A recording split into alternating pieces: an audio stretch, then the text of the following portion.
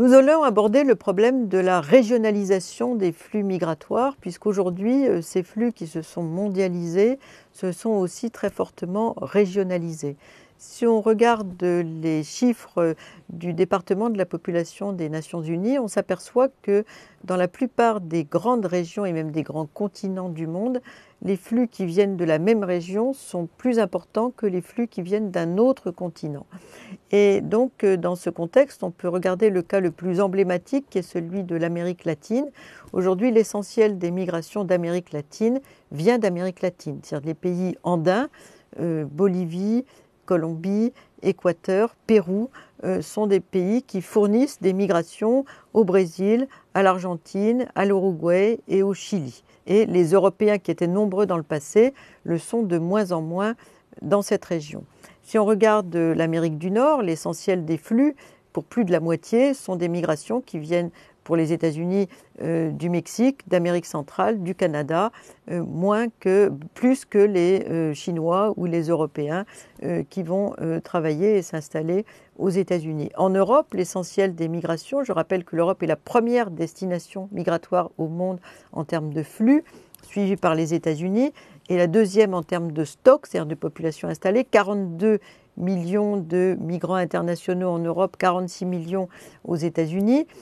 En Europe, l'essentiel des flux vient soit de l'Europe de l'Est vers l'Ouest depuis 2004, depuis l'entrée des 10 nouveaux pays dans l'Union européenne, et pour l'essentiel de la rive sud de la Méditerranée, c'est-à-dire Maghreb, Turquie. Donc là, on est dans un espace migratoire régional euro-méditerranéen où la frontière est au milieu, d'où toutes les difficultés de gérer la mobilité et la migration en Méditerranée, puisqu'il y a énormément de transit et de migration transnationale en Méditerranée Sud. Parmi ces flux, donc, la Turquie occupe une place principale, puisque le plus grand fournisseur de migration en Europe, ce sont les Turcs. On a 4,5 millions de Turcs en Europe. C'est un phénomène qui aujourd'hui est d'ailleurs plutôt en baisse, puisque la Turquie, avec l'Europe, a un solde migratoire négatif. Il y a moins de Turcs qui vont de Turquie vers l'Europe que de Turcs d'Europe qui reviennent en Turquie. C'est d'ailleurs pourquoi la Turquie a demandé dans les accords récents avec l'Union européenne, suite à la crise syrienne, la suppression des visas pour les Turcs allant en Europe. Et puis, on a aussi une importante migration du Maghreb qui est liée à l'ancienneté de ces flux migratoires de travail et au passé colonial. Donc, un espace migratoire euro-méditerranéen particulièrement marqué. Également, si on regarde d'autres grandes destinations du monde, les pays du Golfe sont aussi caractérisés par une régionalisation des flux, notamment des pays de la rive sud de la Méditerranée et des pays voisins, comme par exemple le Yémen ou les pays de la Corne de l'Afrique ou du Soudan qui vont travailler dans le Golfe, et puis aussi un peu plus loin des gens qui viennent du Pakistan, du Bangladesh et aussi des Philippines. Donc là, on a un espace migratoire régional un peu élargi. Quatrième destination, la Russie. La Russie est une migration de voisinage, puisque l'essentiel des migrants viennent de l'ancienne URSS, aujourd'hui de la communauté des États indépendants, qui sont habitués pour les populations au soviétisme, à la langue russe aussi, au système administratif. La Russie a ouvert ses frontières avec la migration de la CEI pour la migration de travail de courte durée. Donc l'essentiel des migrants, notamment des migrants, disons, dans les catégories moins qualifiées, viennent d'Asie centrale et du Sud-Caucase, alors que les élites de ces régions d'Asie centrale viennent plutôt chercher du travail en Turquie, puisqu'ils partagent la langue, proximité linguistique, la religion, la culture, etc. Et donc on a une concurrence entre deux espaces migratoires régionaux, puisque la Turquie est aussi un grand pôle migratoire pour les migrations de voisinage. On le voit aujourd'hui avec les Syriens. 3 millions de Syriens sont en Turquie, mais aussi des qualifiés donc, de l'ancien bloc soviétique.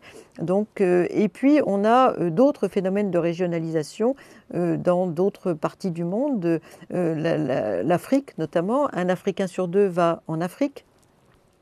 et donc surtout vers le Maghreb d'un côté, l'Afrique du Sud de l'autre, avec une sorte de ligne de partage qui se fait plus ou moins au niveau de l'équateur. Ensuite, on a l'Asie du Sud-Est, qui est une grande région de mobilité intense, notamment vers des pôles de migration qui sont surtout le Japon, la Corée du Sud, Singapour, Taïwan, Hong Kong, et les populations viennent pour l'essentiel des pays plus pauvres de la région, le Vietnam, les Philippines, l'Indonésie. Certains pays sont tantôt, selon la conjoncture, des pays de départ ou des pays d'accueil. C'est le cas de la Malaisie et de la Thaïlande. L'Australie, de son côté, est un pôle migratoire régional qui accueille en partie des anglo-saxons, mais aussi pour moitié des gens qui viennent de Chine, qui viennent de l'Indonésie, qui viennent du Pakistan. Et donc, on a de plus en plus aussi une migration asiatique dans le pays continent australien. Donc, ce phénomène de régionalisation des flux est une tendance lourde du paysage migratoire mondial, malgré la mondialisation des migrations.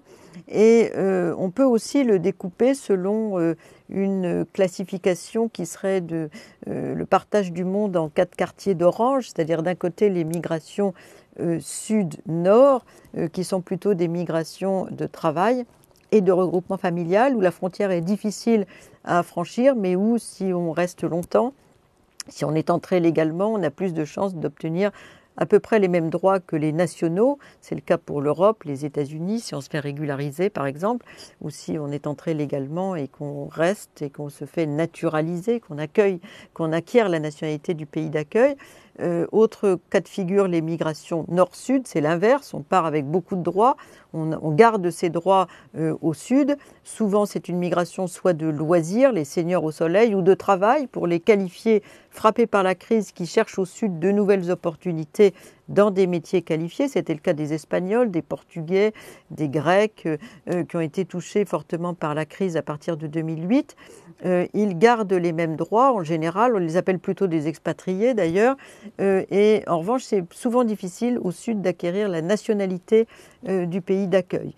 Si l'on va du nord au nord, on garde les mêmes droits, la frontière, comme pour les migrations nord-sud, est facile à franchir et on reste, disons, souvent aussi bien citoyen avec tous les droits en partant qu'en arrivant. On fait partie des migrations nord-nord, qui sont des migrations générales qualifiées.